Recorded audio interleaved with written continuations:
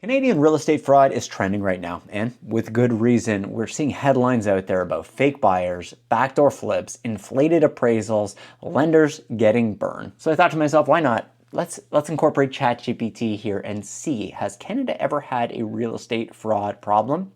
And this is what it came back to me with here. So yes, especially during the 2020 and 2022 market boom, the common types of fraud included straw buyers, which is people buying on behalf of someone else who couldn't actually qualify, mortgage fraud, fake employment letters, which is inflated incomes, falsified down payments, and things like that, the value inflation through related party flips, where homes were sold back and forth to boost the actual paper value of the property, title fraud, where someone impersonates a homeowner to refinance or sell this property. It also mentioned here that Canada's Financial Crimes Agency, we call it FinTrack, has repeatedly flagged real estate as a higher risk sector for money laundering. But here's the kicker. Not all fraud is technically illegal. Some of it's just manipulation, like inflating value, over-leveraging debt, or engineering comps that aren't real. While I also expected kind of just a yes or no answer, what I got opened up a little bit of a rabbit hole, because if you watched my last video where we talked about the Hamilton property that lost $1.4 million in less than 3 years, it could just be a bad market, or like a lot of you in the comment section down below, you are suggesting that it's possibly something else. So we're going to dive into what that possibly could be here. Now, let me bring you up to speed. The Hamilton property we talked about, it was purchased for $3.25 million. It sold in 2025 for $1.85, only 3 years after the purchase in 2022. That's a $1.4 million loss and a 43% drop in value. To get back to $3.25 million in the next 10 years, the property would need to appreciate 5.8% per year, every year, just to break even. Let me repeat that. 5.8% annual growth year over year, compounding for 10 straight years. Now, we're in a market right now that's softening with high interest rates and record inventory. Does that seem realistic to you at all? Now, some people, they might say, well, the market is just down. Sure, but the drop is not the same everywhere. So what I decided to do was get into the comparables, and that's what we're going to do here. And if you haven't seen the video where we talked about this Hamilton property, you can always watch that one up here, or I'll pin it at the end of the video once we complete this one. So the first thing I want to do is I want to take you guys through what 2022 actually looked like. And this Hamilton property, as we already talked about in our previous video, I'm going to pull it up again here for you guys, was purchased for $3.25 million, sold over asking. Big shocker. Now, this property, I'm going to give you a bit of a refresher on what it looks like here. The area, you've got a neighbor extremely close to you here. This was developed by builders in 2018. Had a little bit of a trouble actually getting it sold. You can tell it looks like they actually have severed a piece of property to get these two builds on there. But it's okay. When you get inside, it's staged. It looks like a nice house. But $3.2 million is a lot to actually pay for something like this. So what I decided to do was set up some search parameters here. You can see I'm just looking in Hamilton what's sold in 2022, the whole year, between 2.5 million and up. And you can see here, of course, this one did. Now, aside from a few featured properties, let's just keep zooming out. You can count the amount of properties that are over $2 million on your hand. Just one of them. There's very, very few in Hamilton that has sold for over $2.5 million. But let's keep in mind, this is actually $3.2 million. So what we're going to do here is let's take that and just make it $3 million. What are we competing with out there? There was only a handful of sales. And if I look at this property right here, this property for the same price was stunning.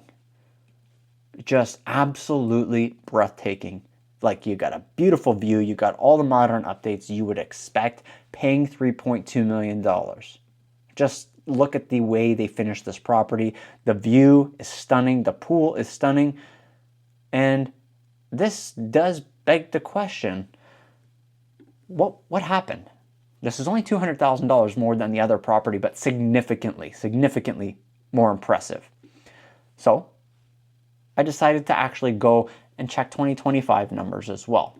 Now, when we're talking 2025, the sale of this property, which I'll pull it up here, we won't go through the pictures again, but it was 1.850. Okay, we already know that. Seems like a little bit rich still in today's market, but there are some comps to justify it over $1.5 million here. What you can see is you've got $1.8 million for this property, which is also more impressive than the one that we currently sold for 1.8. Let's see what else is out there. We've got $1.6 million. What's this one in terms of comparison?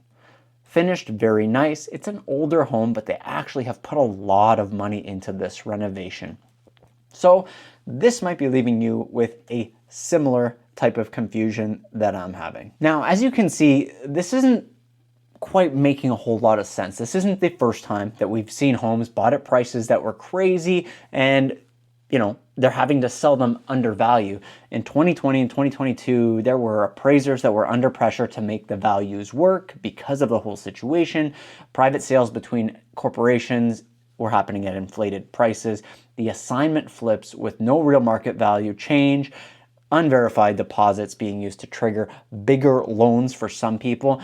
These practices weren't always illegal, but they were dangerous and they helped create a false market confidence. And now in 2025, those artificial values, they're starting to collapse and real people are being left holding the bag. Although we might not know who the owner of this particular home is, but somebody does own it. So when I see $3.25 million sell for 1.85 3 years later, I don't immediately shout fraud, but I do start asking who bought it. And a lot of you in the comment section of my last video were asking the same thing. Who financed the property? Was it flipped? Did somebody live in it? Was it assigned? Was it resold internally that we can't see? And most importantly, was the $3.25 million ever real? This matters because the false practices don't just hurt the buyer who overpaid, they actually affect the comps in the area, which initiate values for the other homes that come on the market and the appraisals and their property taxes. Lenders who pass this risk on to the future borrowers by giving somebody a loan for this amount of money and no comps to support it. Now, the neighborhood equity, which crashes when the correction hits, and now average buyers here are struggling with renewals that they can't actually afford at the moment. There's negative equity out there. There's a sense of shame because they feel like they bought at the wrong time, they could have done better. But honestly, let me be clear, it's not your fault. How were you supposed to know that the market was going to do what it did? You were given some bad data. You were led by inflated comps. You were led by the government telling us that we were not going to have interest rate increases, and we did. And in some cases, you were competing with manipulated numbers at the end of the day. And that's why I'm making this video today, not to speculate, but to actually shed light on the whole situation, what's actually happening behind the scenes. And by looking into some of these comps, it's going to give us a better idea of if some of these home prices were actually legitimate or not. So is the Hamilton sale an example of real estate fraud?